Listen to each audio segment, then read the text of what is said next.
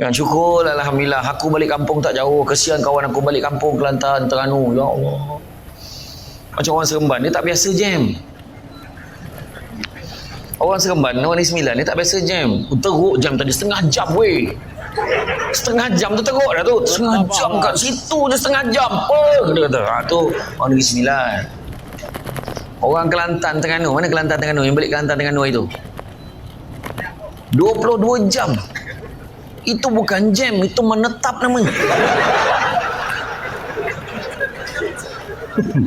Menetap dalam kenderaan. Yang paling aku tak faham, ada seorang member orang Kelantan tu, dia boleh balik awal saja, balik lewat, nak ambil suasana apa?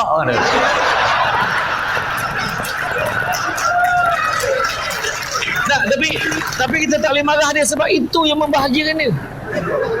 Boleh berhenti tepi jalan, buka bonet, isi air. Hey.